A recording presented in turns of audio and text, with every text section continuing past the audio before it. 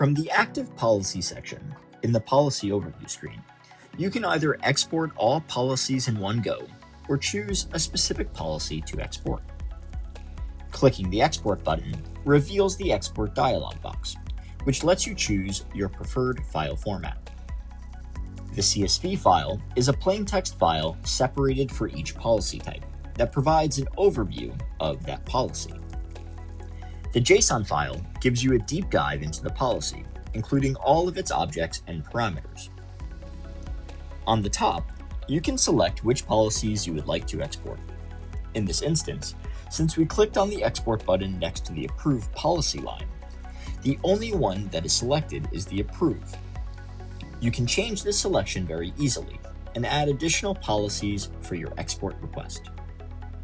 Upon exporting your policies, you will receive a secure download link to your email address.